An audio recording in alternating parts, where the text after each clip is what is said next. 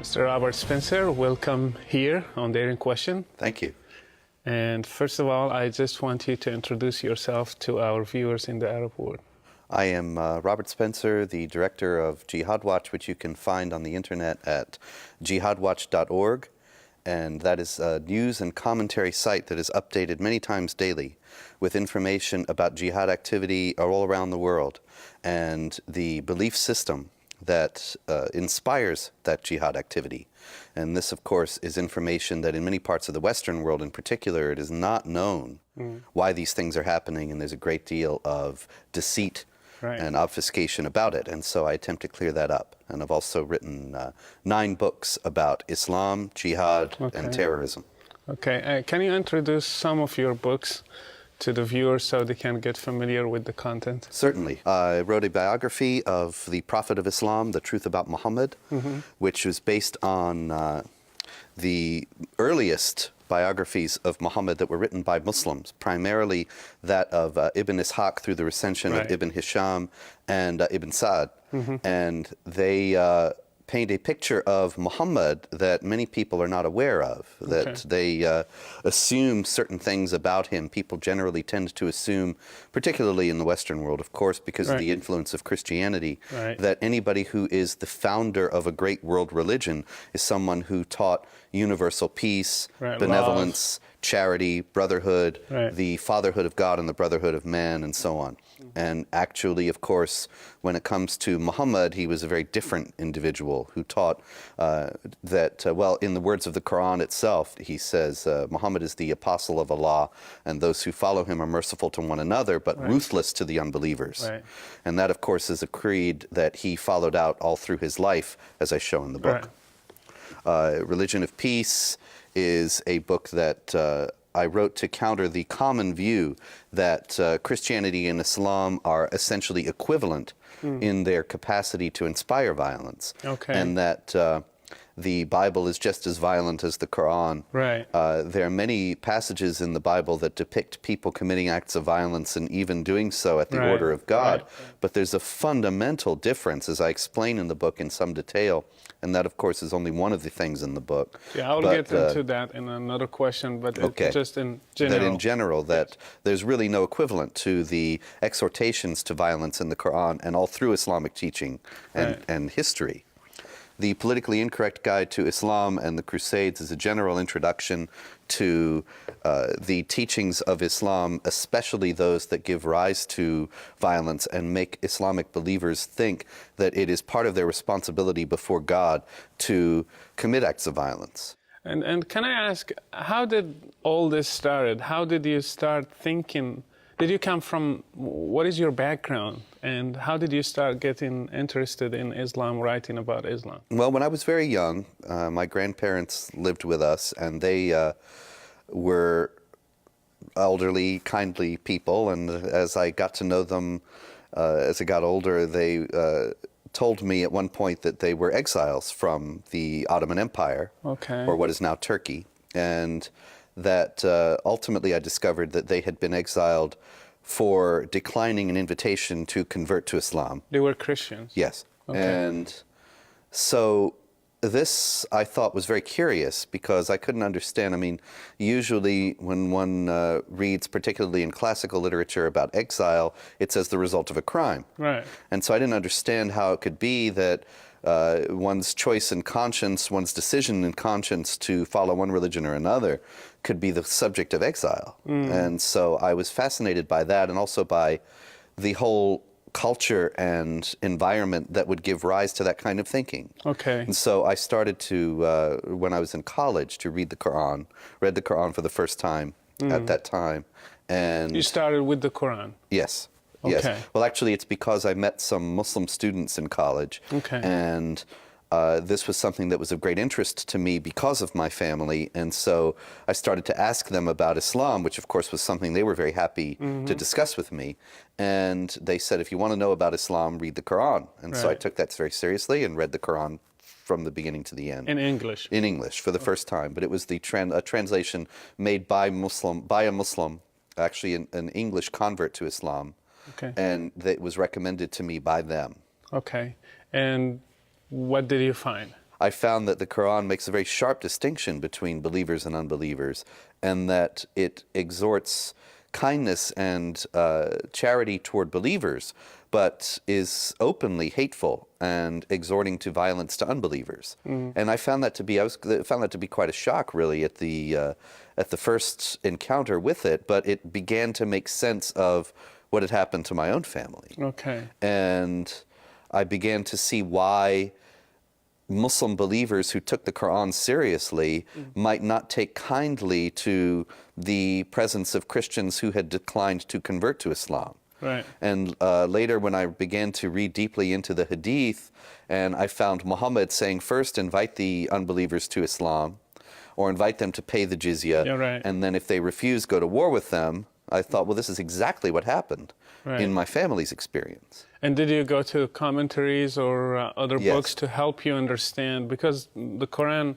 I know in English, probably is just, it's easier, probably more than Arabic. Yes. But did you need other books to explain? Oh, very much so. And because solely out of a personal interest at that time, I began to read, well, see, this is something I went to them. Here again, I have to thank my Muslim friends in college, although they would probably not be very happy to receive the gratitude. Were they trying to convert you? Oh, very much so, yes. Okay. Although when it became clear that I was not going to convert, then suddenly we weren't friends anymore. Okay. And in any case, I went to them and I said that I was reading the Quran, and they were very pleased about that. And I said, how is it that you can help me to understand it more fully? Yeah. And so they introduced me to various tafsir, to the Hadith. Okay. And I think they were perhaps surprised that I actually began to read them. Okay. And I started out with Abdullah Yusuf Ali's Quran, Right. which has the notes. Yes. But of course, as I began to discover, they are very much written for a Western audience and Right. written in order to soften some of It's the more... watered down. Yes, exactly. Okay. And so, but the references in them and some of the other recommendations that I'd received from these people led me to writers like Ibn Kathir, All right. to the Tafsir al-Jalalain, Okay. Qurtubi, and to various hadith collections, Bukhari and Muslim, and Did they confirm what you found earlier in the Quran? not only confirmed, but reinforced, it made even stronger, especially when you see the words and deeds of Muhammad himself and see how he himself pursued warfare against Jews in particular, but also against Christians toward the end of his life. And of course, the pagan Quraysh, and how he lived out the exhortations in the Quran. And then in the Sirah, you start to see, in the biographies of Muhammad, you start to see that some of the conflicting passages in the Quran where they say, go to the unbelievers with beautiful preaching, Right. or you have your religion and we have ours, and that's Right, it. right. And how that fits together with the make war upon them and slay them wherever you find them. Right. And you see that there is the idea of the development of the theology and the doctrine of abrogation. Between Mecca and Medina. Exactly, Right. which exalts the violent passages and makes them the ones that are applicable for all time. Right, right. So I understood fully Islam. How long have you been studying Islam so far? Well, this all started when I was in college about 1980, 81, so it's almost 30 years now. Well, now we heard like several attempt to do terrorist acts, or some of them succeeded, some of them not. And Americans, all the West, still doesn't understand Islam as they should. And like, what do you think the real problem with the West understanding Islam? Well, I think the main reason why the West does not understand Islam is because nobody's telling them about it, and that people are actively lying to them about it from the highest levels. For example, the President of the United States, in response to the Christmas Day attempt to destroy an airplane by an Islamic jihadist Right. flying into Detroit, he spoke about stepping up the war against Al-Qaeda but didn't mention Islam or Muslims once. And it's very clear that he actually even said that the vast majority of Muslims abhor al-Qaeda and support us in this effort, which of course is pure fantasy.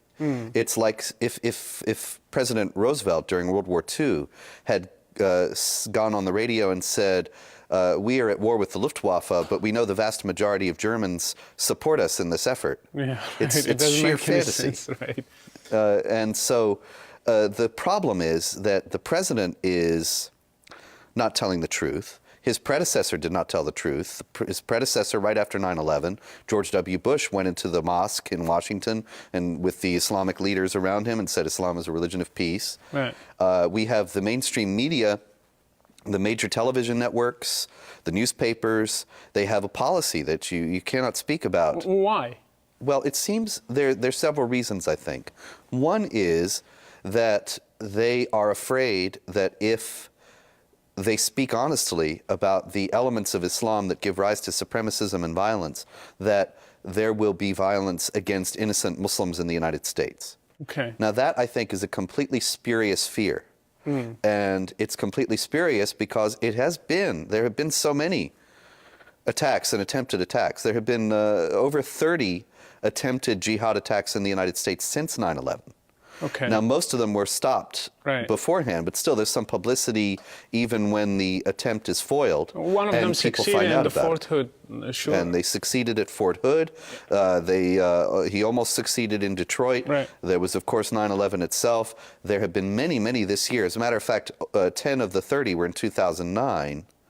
It seems like a sharp uptick in the frequency of these things, and still Muslims are coming to the United States. They're living in the United States. They're not bothered, and that's a good thing. That's a testimony to the decency of the American people, and shows that fear is groundless. I think that there's a larger reason why we're being lied to, and that is that there is a globalist agenda among the elites, the governing elites in America and Europe.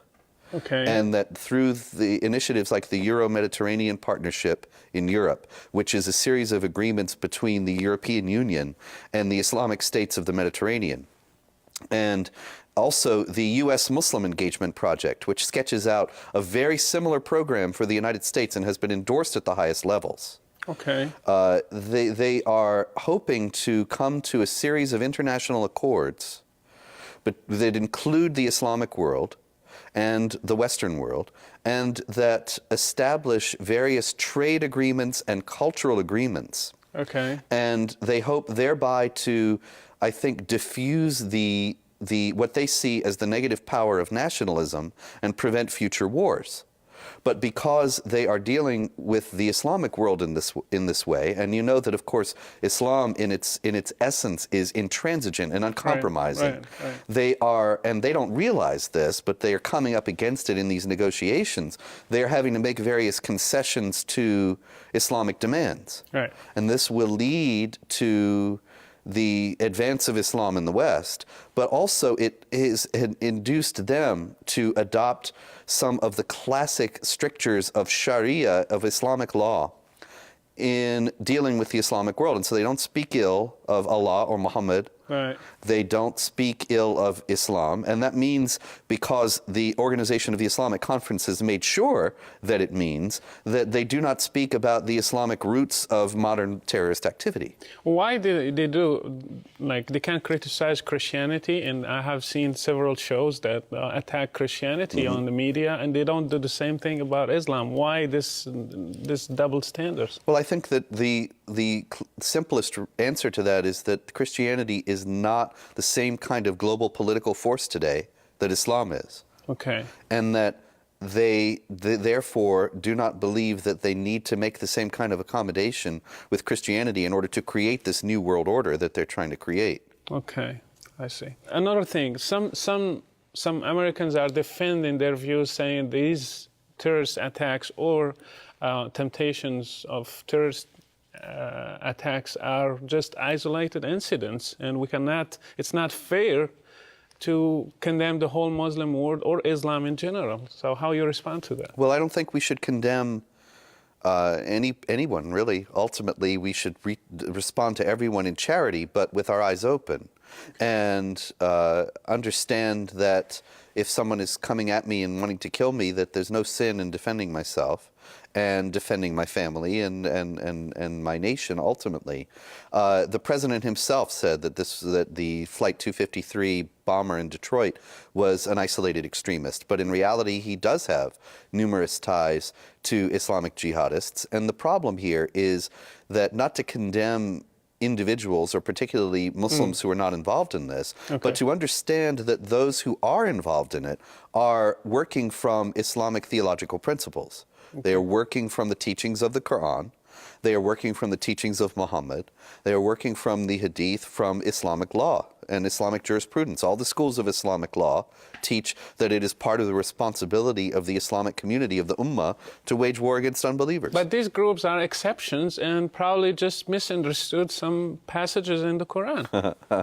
Well, now this is fantasy. This is what people assume, but they assume it without knowledge. Okay. Because actually, see, I would say, if I'm not a Muslim and I've read the Quran, then I'm not going to presume to understand it. I'm not going to presume to interpret it of myself. Right. And so what I did in my own experience was I went to see how Muslims themselves understood it. Right. And so I discovered in the first place that it's mainstream, traditional Islamic theology that is held essentially universally by Muslims, that the violent passages supersede the peaceful ones. Right. And there is no school of Islamic jurisprudence anywhere in the world that does not teach the necessity for Muslims to wage war against unbelievers. Okay. And so it's not either an isolated group of people who have twisted the religion, it's the mainstream teaching of the religion. I would like to be able to, you would think from the popular view that the leading authorities and leading schools, the madhhab, the schools of jurisprudence, that the four schools, that you would think from the popular view that they all teach peace, that they all teach love for Christians and everyone else, and that it's some marginal heretical group that has decided that it's all about warfare. Right. But actually, they all teach warfare. They all teach that it is the responsibility of the Ummah to make war against Jews and Christians and Zoroastrians until they become Muslim or pay the jizya, which is based on the Quran, chapter 9, verse 29. Right. Fight against the Jews and Christians, fight against the people of the book until they pay the jizya with willing submission and feel themselves subdued. Right. So you have this as a responsibility of the Muslims. Not every Muslim is going to put that into practice, but actually those that are not putting it into practice are the ones who are at variance with the mainstream teaching. Okay. So how you respond if somebody say, look, Muslims are peaceful. I have my neighbor who is a nice guy. He's like any other American or European. And why we should talk negative about Islam? Muslims are not the same. Some of them are like Balad and some of them are peaceful and nice. Well, human nature is everywhere the same. And so there's nothing essentially different about Muslims that would make them more violent than anyone else, except the teachings of Islam. Okay. But in every human being, there are a variety of experiences. There are a variety of perspectives, a variety of values. There's a variety of influences upon every individual soul. Okay. So in every individual soul, there's a spectrum of belief. In every religious tradition, I should say, there's a spectrum of belief and of knowledge and of fervor. Some people who are Christians are very devout and very knowledgeable, and some people who are Christians are completely indifferent to the teachings of Christ, and they make no attempt to put them into practice, but they still would call themselves Christians if asked. Right. And so, there's every other stage in between. A huge number of people and a huge variety of ways of manifesting Christianity, or at least of living out their lives as they say that they are Christians. Okay. Now, it's the same way with Islam. There's some people who know Quran, who love Quran, and they live in every way by Quran. And those are the ones to be careful about. Okay. Because they will be wanting to make war against Jews and Christians. So the deeper you go into Islam, the extreme Yes, exactly. You will be. But it's a little bit more difficult, a little bit more complicated in Islam for a variety of reasons. For example, most Muslims are not Arabs. Most Muslims are not native Arab speakers today. The largest Islamic country is Indonesia. And so you have to pray in Arabic.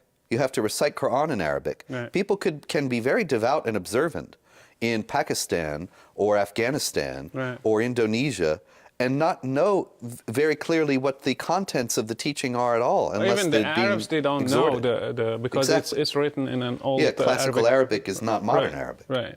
So it's very easy to perform all the ceremonial, the ritual requirements of the 5 prayers a day and so on, and to recite Quran. I remember actually this is something that when I am speaking and I speak to American audiences, they always think it's a joke, and it's not a joke. Right. A Pakistani Muslim and I were discussing this a few years ago. And he said to me very seriously, he said, I am very proud of my religion, and I have memorized almost all of the Quran. And one day I plan to get one of those translations and find out what it means. I'm not surprised. Yeah, and so if the local imam, if the local teachers are not exhorting people like that to warfare, then they might not have any idea that these things are elements of Islam at all. Right. And yet be very religious, very observant, very devout. Right. Some Muslims compare the violence in the Quran to the violence in the Old Testament. They say, look, it's all the same. So if you're going to condemn the violence in the Quran, why you don't condemn the Old Testament with the same measure? There are several aspects to that. One is that there are no Jewish or Christian exegetes.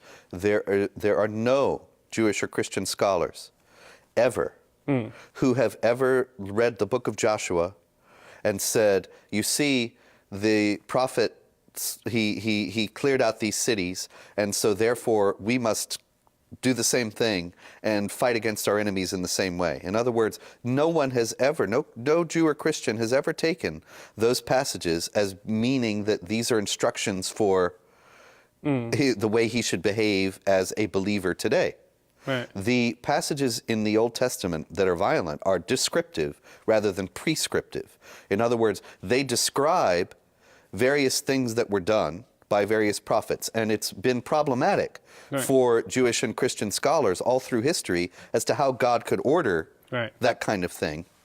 And generally, they have understood the passages in a spiritual way as parables in a certain sense for fighting against sin in one's soul. But never have they understood them as instructions, whereas in the Quran, the believers are ordered by God to make war against the unbelievers. Okay. And this is a prescription, in other words, not just a description of somebody doing something that is not necessarily to be imitated. Right. And so that's one of the most important differences. Also, of course, for Christians, the New Testament comes after the Old. And so I've had so many Muslims say, how can you condemn the practice of stoning when stoning is prescribed in the Old Testament? Torah, and I say, well, I can condemn it because in the 8th chapter of the Gospel of John, the Lord Jesus condemns it. And essentially, and says that makes it impossible by setting a standard that no one can live up to in order to carry it out. Okay. And so we, as Christians, read the Old Testament in light of the New, and that changes our understanding of it to a tremendous degree.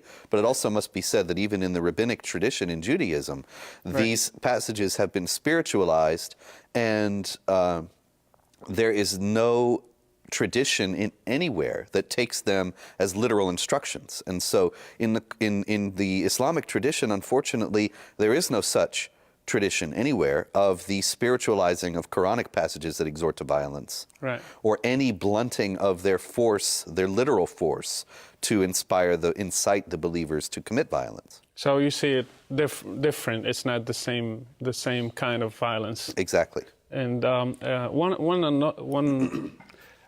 some Muslims are trying to defend Islam, saying that, look at these attacks are carried against UK, United States, countries who have wars against Muslim countries. So they brought it upon themselves rather than it's coming from Islam. It's just a reaction to what the United States is doing in the Middle East and other countries and what UK is doing in the Middle East. And how you respond to that? Well, the problem is, before the US was doing anything in the Middle East, before the UK was doing anything in the Middle East, there was jihad. Okay. And there was jihad against the West. There was jihad against Christian Europe. The Ottomans were in Vienna in 1683. and that was the high point of their advance into Europe. Right. But they weren't reacting to U.S. policy. There was no U.S. Right. The reality is that all the jihads today are defensive. It's true. And that's a function of Islamic theology. Right. Because in Islamic law, only the caliph can declare offensive jihad. Right.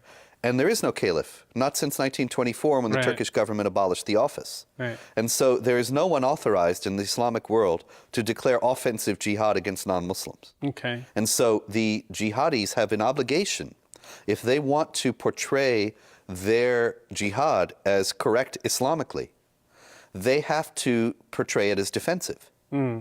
Because defensive jihad, you need no approval for, you need no permission for. Right. It becomes the obligation of every individual Muslim as soon as an Islamic land is attacked. Right. So the grievance theater that we see in the Islamic world, the complaining about various atrocities of the West, the endless complaint, whining about what Israel has done, or what the United States has done, or what the UK has done, it really has a purpose, and that is to justify the jihads from a theological standpoint within Islam. Okay. But it is incorrect to say that if the West were to stop doing these things, then the jihad would cease. So you see it as excuses used by terrorists to, like, kind of propaganda of their Yes. jihad strategy Oh, yes. among Muslims? Yes, quite so. And the pretexts always shift, but the jihad remains. Okay. If Israel were to cease to exist tomorrow, they would wage jihad against Spain and find provocation to do Right. so. If the United States were to withdraw all its troops from the whole world tomorrow, Right. they would find some other offense somehow Okay. and continue to wage jihad, because jihad is a responsibility for Muslims. And so it's not something that is going to end. And ultimately, there are many attempts to restore the caliphate. Right. Even Mullah Omar was named the caliph in Afghanistan in Right. 1996. Right. And not many people recognize him as such. But if someone were to grow more powerful than he is, then it's possible he could attract that kind of following and then declare an offensive jihad. Right. And here, if we're talking about Muslims in the West, do you have any statistics about, at least in the U.S., how many Muslims you have? There's a great deal of controversy about that. The Islamic advocacy groups in the United States, which are linked to the Muslim Brotherhood, they tend to exaggerate the numbers to a tremendous degree. Okay. And so they try to exaggerate the political power of Islam in the United States by saying there's 7 million Muslims in the United States, 9 million Muslims, and so on. The reality is much different. The Pew Research Center, which is a survey, a group that has conducted a number of very illuminating and important surveys among Muslims in the United States and around the world, they estimate 2.3 million Muslims in the United States.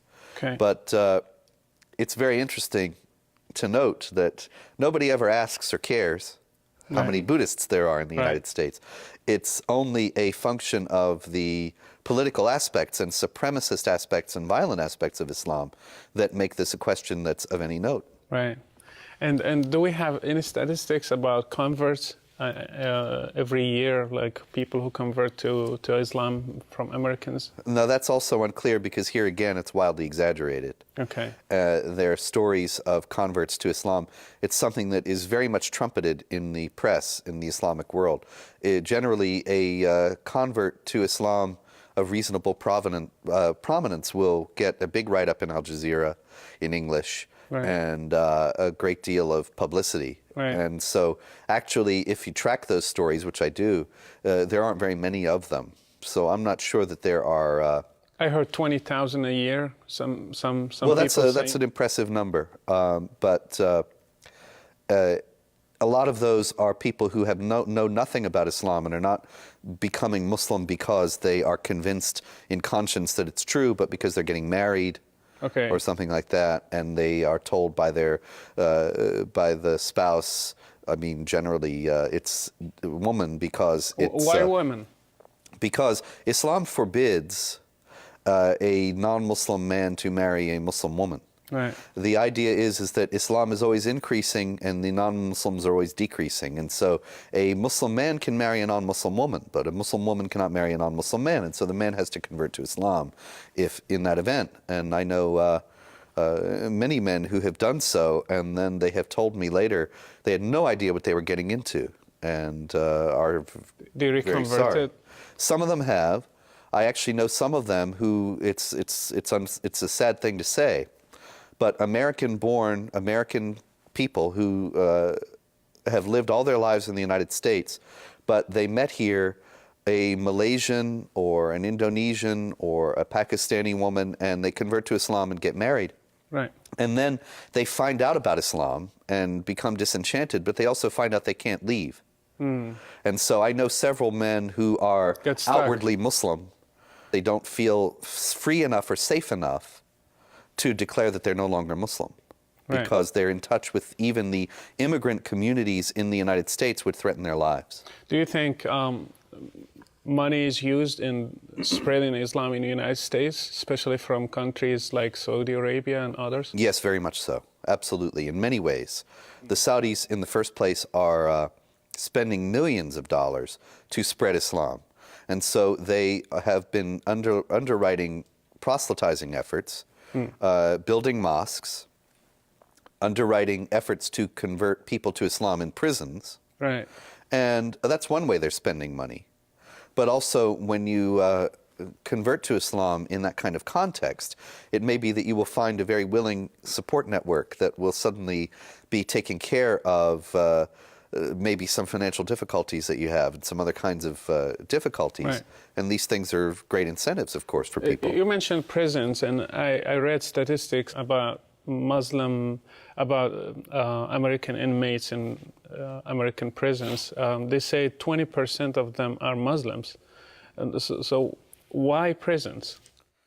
I think that one of the main reasons why there's so much targeting of American prisoners and attempts to convert them to Islam is because there you have a base of people that is already alienated from the society.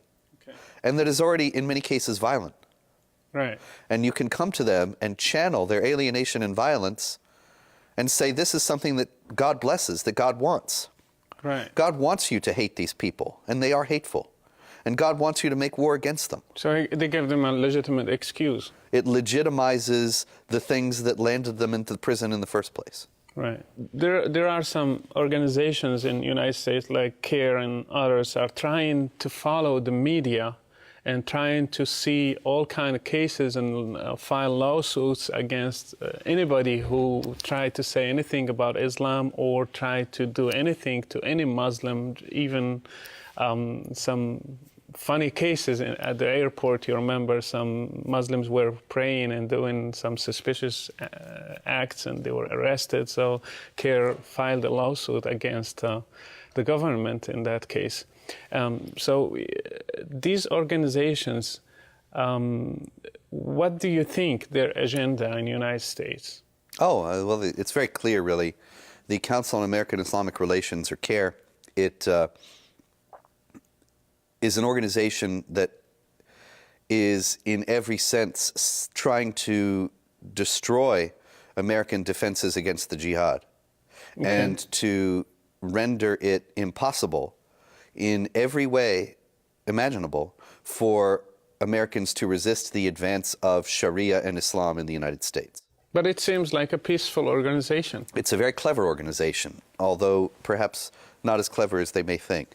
It is an organization that bills itself as a Muslim civil rights organization. And unfortunately, one of the main causes, the main sources of its power is that the mainstream media, for reasons of its own, universally goes to CARE for quotations about Islam, for quotations about comments on various stories regarding Muslims, and never does it identify CARE as anything but a Muslim civil rights organization. Right. Never. And yet, there are many things that are indicative of what CARE is really about. Right. In the first place, it has been named by the Justice Department as an unindicted co-conspirator in the Holy Land Foundation Islamic charity case, the Holy Land Foundation was, a few years ago, the largest Muslim charity in the United States. Right. It has since been shut down because it was funneling the charitable funds to Hamas, the Islamic resistance movement in Israel, Right. that is listed on the State Department's list of terrorist groups. And of course, it's illegal to give money to terrorist groups, so Holy Land was shut down. CARE had a button right after 9/11 on its website saying, help the victims of 9/11, and you would click and give money, and the money went to the Holy Land Foundation and to Hamas. And that wasn't enough reason to shut them down or something to take legal action against them? To take legal action against CARE? The CARE is being investigated right now by the FBI. The outcome of that investigation is not yet determined, and I would hope they will be shut down eventually, and I think they will. But they've been given a free pass for a very long time, and great influence and access at the highest levels in Washington because of ignorance about Islam, political correctness, and fear. They have several offices in all United States. Where yes. do they get the money from? They have received funds from the Saudis in the past. Okay. There are some indications that that is not a steady stream.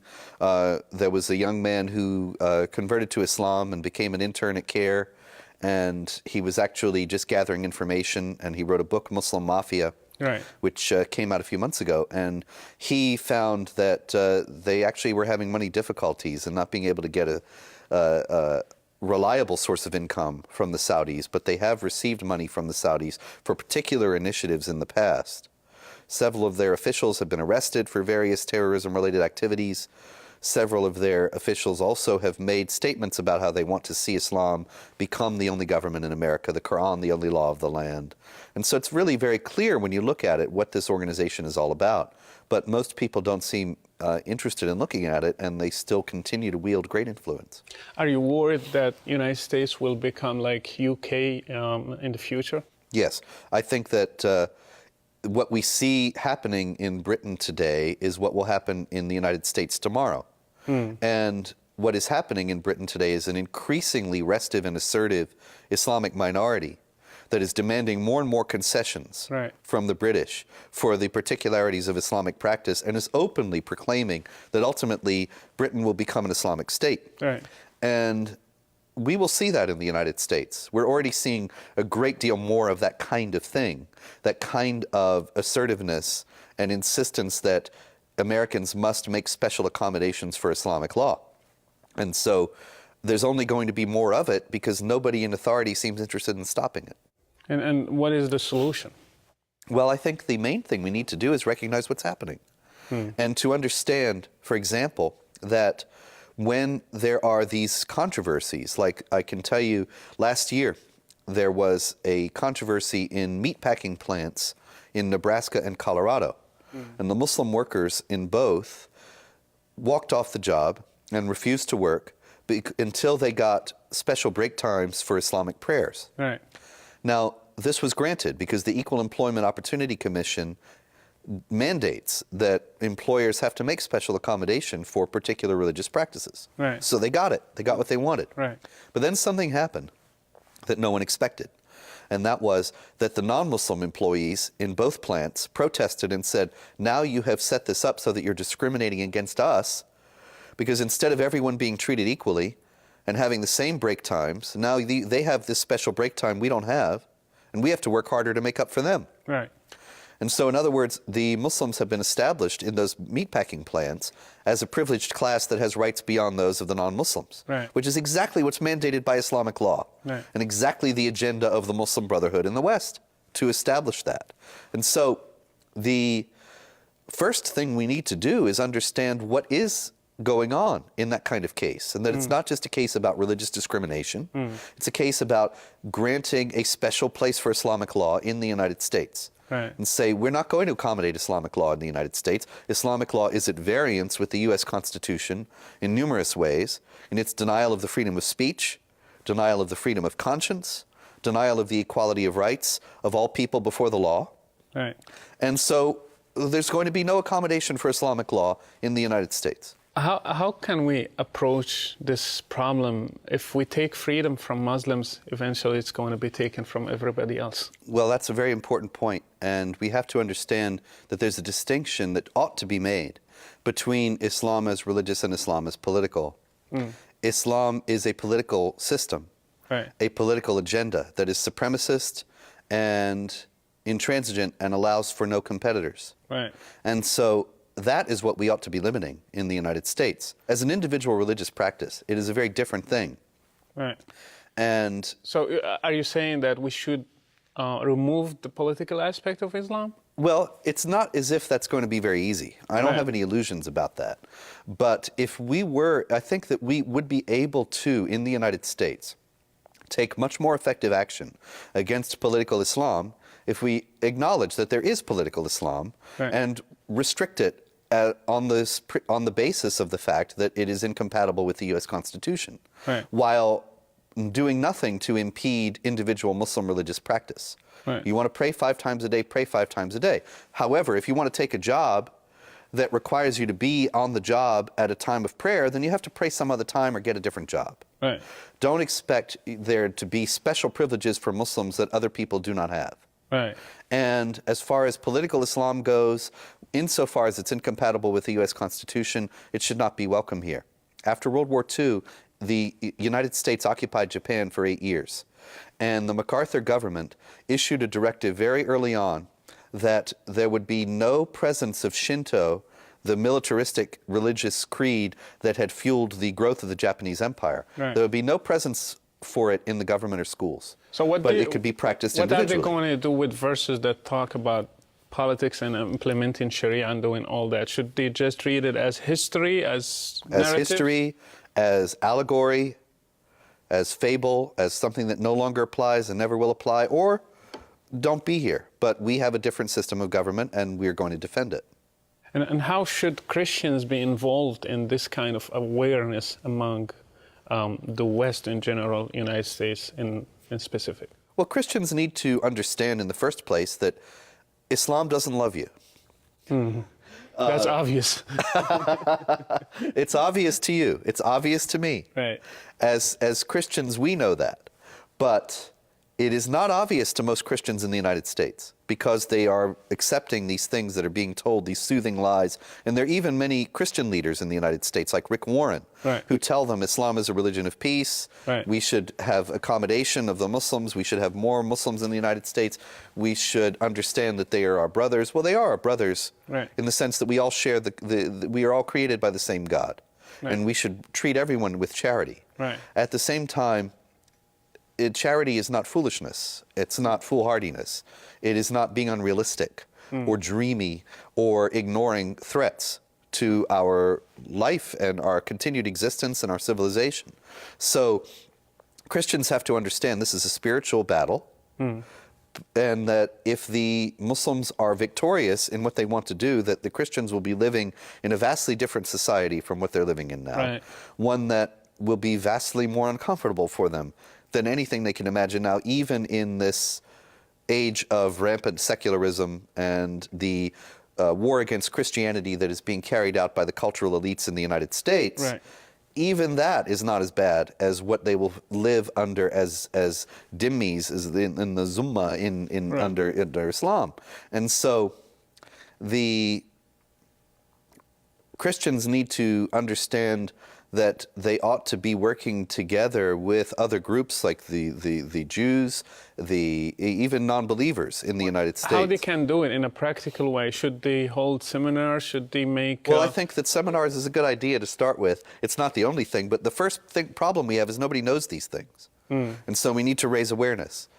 And I think framing these things in terms of human rights values that everyone shares is a first start, because then they will see that we do have these common interests, we have these common values, we should work together in this. And then from the seminars, from raising awareness, will come various actions.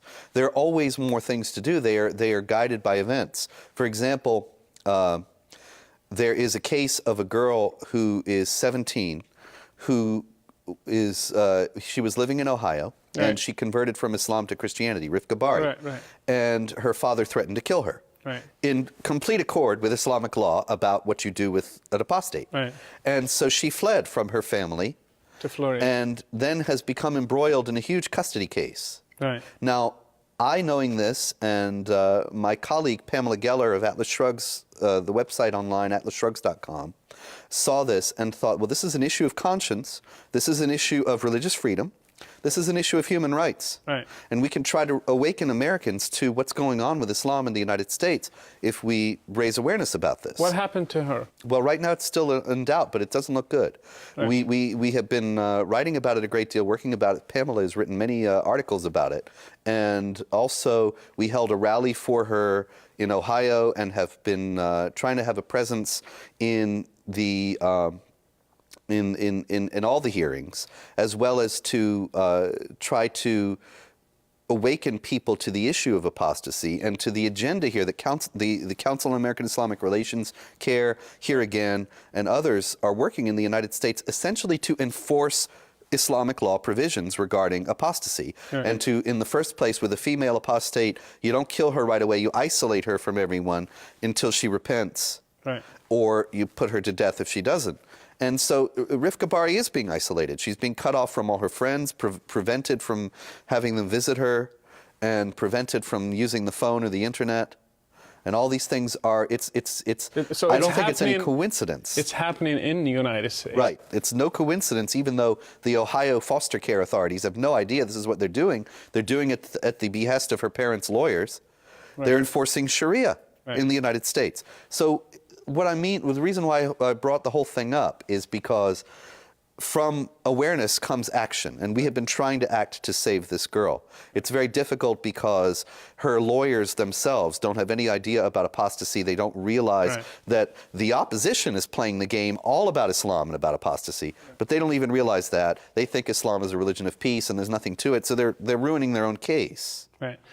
And if I ask about some people like Zohni Jasser and others who are trying to promote some kind of moderate Islam, and do you think we can work with these people and try to find a common ground?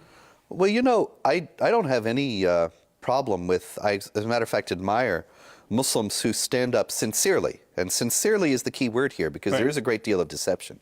But Muslims who stand up sincerely and say that they're... wait, what do you mean here? That we cannot trust some initiatives like... Yes, that's correct. Why? Well, look at CARE, that bills itself as a civil rights organization. Right. And it's... anything but. It's an arm of the Muslim Brotherhood in the United States. So it's a kind of taqiyya, like hiding under another face, and yeah, the Quran. No, it's in the Hadith.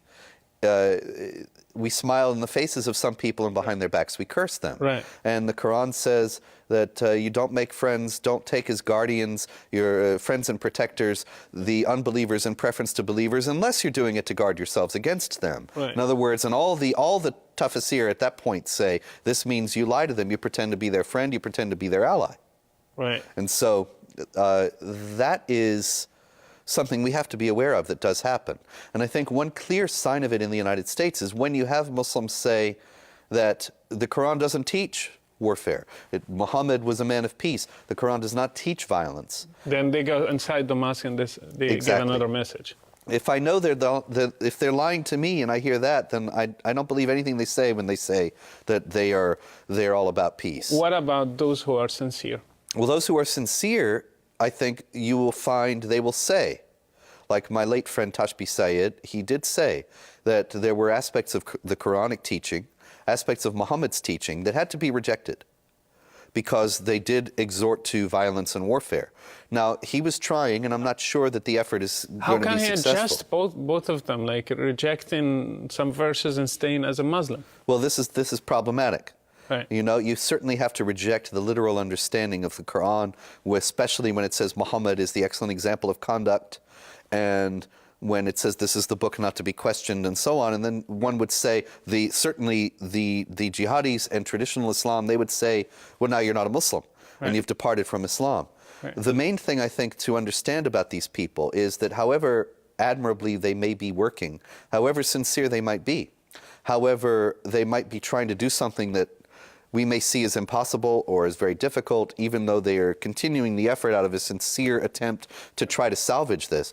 The problem is that they have no following. Zuhdi Jasser does not have any significant following in So the Islamic they are not world. going to succeed, in your opinion? No, there is no. Remember the Free Muslims and Kamal Nawash a few years ago, Right. and they got international publicity. There was huge excitement because they were the Free Muslims against terrorism, going to march against terrorism in Washington. 25 people showed up, and most of them were not Muslims. So Muslims are not interested in marching against terrorism. You never saw it. Right. We saw marches against the cartoons Right. and riots and innocent people being killed for cartoons. We saw innocent people being killed and riots because the Pope of Rome said something. We saw riots about a teddy bear Right. in North Africa. Right. We've never seen anybody demonstrating against Osama bin Laden. They only are upset about Al-Qaeda when they kill Muslims, because you cannot kill a fellow Muslim. Right. And so there were demonstrations in Jordan when they blew up a hotel in Jordan and there were a lot of Muslims killed. Right. But there's never been a demonstration about killing non-Muslims. Never. And what about Americans who are trying, like, I have a book here, A Deadly Misunderstanding by Mark Seligender. Siljander, yeah, he was a congressman. Right, and he's trying in like, I can say, strange way to find a common ground with Muslims. What do you think about these attempts? I think that it's a deadly naivete. It's a deadly foolishness that Mark Siljander evidently does not know or does not care about the aspects of Islam that would subjugate him and his family. Right. And so he himself, a few years back, was indicted for various activities involving terrorists. And I think probably, I don't know the outcome of the case, but I think that probably he got involved in these things out of ignorance. Out of thinking these people are wonderful and they're so nice to me and the food is delicious and everything is great, and they lead him into places he never thought he would be. Right. And he said, I saw his videos on his website, he said that he studied Islam in Arabic and Aramaic and Hebrew in 10 years. And this is like very shocking for me. Like I have been born and raised in Arabic and I still don't grasp a lot of Yes. terms and a lot of phrases. I need to look in dictionaries and books. And he thinks he understands Islam fully, and he found the solution that will solve all problems between Christians and Muslims. It's very naive, but it's not. He's not alone. You know, the talk show host Glenn Beck, the news show host Glenn Beck, he wrote a few years back, I have read the Quran, the entire Quran, and I can tell you that I know Islam is a religion of peace. Right. So I think, well, maybe he read it with his eyes closed, and maybe Siljander studied Arabic in the same kind of way. Right. Well, my last question here. We do a weekly live show to challenge Muslims and preach the gospel to them and change their way of thinking and their Islamic ideas and all this. What do you think us as former Muslims can do in the other side of the world trying to change the way Muslims think? Well, I loved what you did with the Quran in changing the verses such as slay the unbelievers wherever you find them, so they say slay the Muslims wherever you find them, Right. or the Muslims are the most vile of created beings, Right. or passages of the Quran like that, it is a shock, I think, to Muslims when they hear that, because it can help them to realize how unilateral their thinking is. Right. There is, of course, as you well know, the dichotomy between the believer and the unbeliever is so strong in Islam that they don't see any contradiction when they say, well, the Swiss have banned minarets. Not even mosques, just minarets. Right. And that's terrible, and we have to protest, and we Right. have to get them to stop it. But no, there can't be a church in Saudi Arabia. No. And they don't see any contradiction there because they know the Muslims are the best of people. It's in the Quran. And so they have rights that other people don't have. Right. And so if you change that around and show them that there is a great injustice there, that I think that will waken people up. Also, there's so many contradictions in the Quran itself, Right. and things that make no sense. Muhammad, for example, in the 10th surah is exhorted, he says, if you're in doubt, Allah says to him, Right. if you're in doubt about what we're revealing to you, go to the Jews and Christians. Right. And so you go to the Jews and Christians, and they don't confirm it. And so as a result of that, the Islamic theologians have elaborated the idea that the Jews and Christians have corrupted their scriptures. Right. Well, okay, then where are the uncorrupted copies that Allah was telling Muhammad to go find? They must have existed in the 7th century, or he wouldn't have told him to go find them. Right. So where are they? Right. Well, I just want to clarify my question. What do you think preaching the gospel in the Muslim world can do? Is it going to help? Is it going to be an effective tool in changing Muslims, changing this hate religion, changing those people who are victims of Islam? Well, you know, it's very difficult to preach the gospel to Muslims because you know how vaccines work, and they give you a little bit of the disease, and then your body builds up an immunity, and so you resist it. The Quran is like that with Christianity. It gives you a little bit of it, enough so that you build up a resistance. Right. It tells you a little bit of things about Christ and about Christianity, but then tells you that it's all wrong and that the main elements of Christianity are false. Right. So that's very difficult to get around. Nonetheless, I think that it can't help but do good to preach a message of love and forgiveness and genuine peace in an environment where hatred and violence are exalted.